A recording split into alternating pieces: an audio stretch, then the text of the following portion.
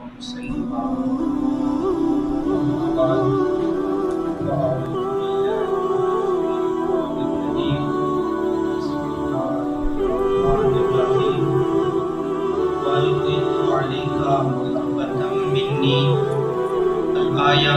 صدق الله مولانا العظيم وبلغنا رسوله النبي الكريم الأمين. إن الله وملائكته يصلون على النبي يا أيها الذين آمنوا صلوا عليه وسلموا تسليما. چپ دے تالے کھولن سکھو جدڑیاں سنگو کھولن سکھو. میں تواڈے نال مخاطباں تانوں عرض کیتی ہے کہ چپ دے تالے تسی کھولن سکھو، پھر بھی تسی خاموش ہو. چپ دے تالے کھولن سکھو جدڑیاں سنگو کھولن سکھو. جیدا صدقہ ظفر پہچاندو اونڈے نہ دے تا بولن سکھو. مل کے پڑھ لیجئے الصلاۃ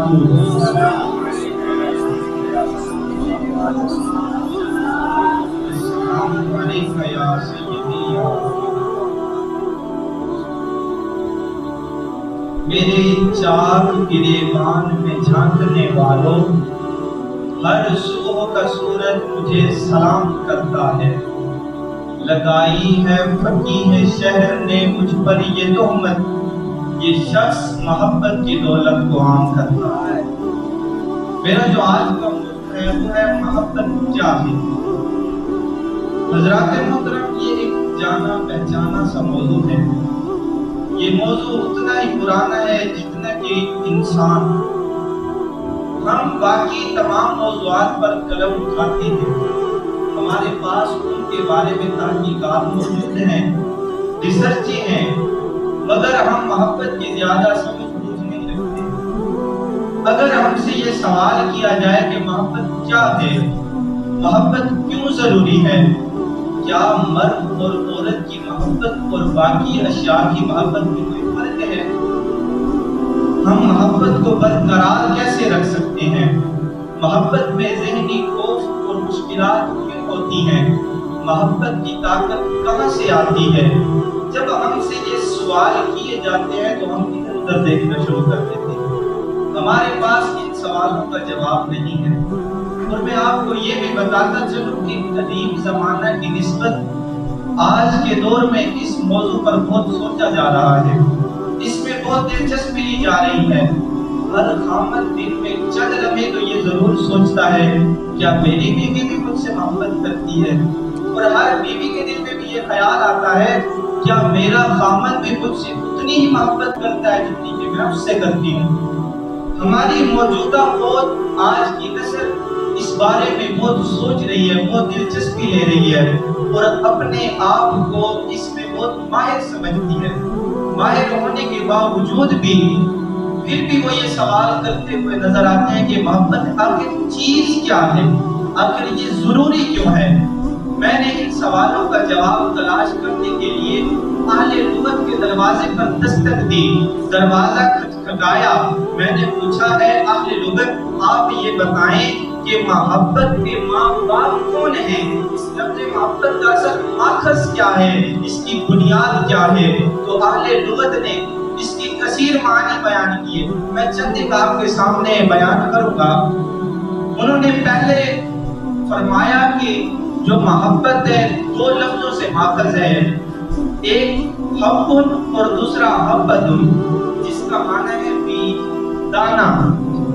اب یہ دونوں ہی لفظ رب تعالیٰ نے قرآن مجید میں استعمال فرمایا ان اللہ فالق الحب والنوى. بے شک اللہ رب العزت بیج اور گٹھلی کو پھاڑ کر پودا بناتا ہے. پھر دوسری آیت مبارکہ میں ارشاد فرمایا کمثل حبۃ انبتت سبع سنابل فی کل سنبلۃ مئۃ حبۃ. اللہ کی راہ میں خرچ ہونے والے مال کی مثال اس دانے کی سی ہے جس سے 7 بالیں ہوتی ہیں اور ہر بال میں 100 دانے ہوتے ہیں. اب ان آیات کو دیکھیں تو اس سے تو یہ معلوم ہوتا ہے کہ محبت جو ہے یحبن اور حبتن سے ہے جس کا معنی ہے دانا. اب ذہن میں سوال آتا بیج میں ایسی کون سی خصوصیات تھی جس کی بنا پر اس کو جذباتی اور احساساتی لگاؤ یعنی محبت سے تشبیہ دے دی گئی، اس کا نام محبت رکھ دیا گیا؟ تو جب میں نے یہ سوال کیا تو اہل عشق و محبت نے اس کی کئی وجوہات بیان کی، میں آپ کے سامنے بیان کرتا ہوں۔ انہوں نے کہا کہ بیج کو نشو و نما پانے کے لیے زرخیز زمین کی ضرورت ہوتی ہے، اسی طرح دل کو پروان چڑھنے کے لیے زرخیز دل کی ضرورت ہوتی ہے، بیج کو پانی کی ضرورت ہوتی ہے، محبت آنسوؤں کی بارش مانگتی ہے، بیج کو گرمی کی ضرورت ہوتی ہے، محبت آتش ہجر و دل سے گرمی حاصل کرتی ہے، بیج یہ پودے کا مغز ہے، بنیاد ہے، محبت بھی انسان کی زندگی میں سب سے مؤثر نعمت ہے، یہ اصل کائنات ہے۔ بیج سے جب پودا پروان چڑھتا ہے تو اس سے انسانیت کو فائدہ ہوتا ہے، کبھی سائے کی صورت میں، کبھی پھل کی صورت میں، کبھی پھول کی صورت میں اور کبھی لکڑی کی صورت میں۔ اسی طرح جب محبت کا پودا پروان چڑھتا ہے تو کبھی داتا علی حجویری بنتا ہے،